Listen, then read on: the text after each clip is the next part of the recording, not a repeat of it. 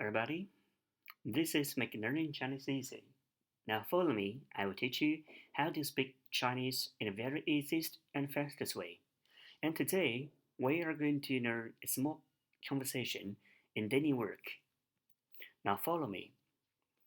你好，你看起来好像不开心，怎么了？ Hello, you look unhappy. What happened? 你好，你看起来好像不开心，怎么了？你看起来 You seems like unhappy today. 你看起来好像不开心，怎么了？我太粗心，把数据弄错了。I was too careless to make mistake the data. 我太粗心，把数据弄错了。数据 means figures or some numbers or data. 我太粗心，把数据弄错了。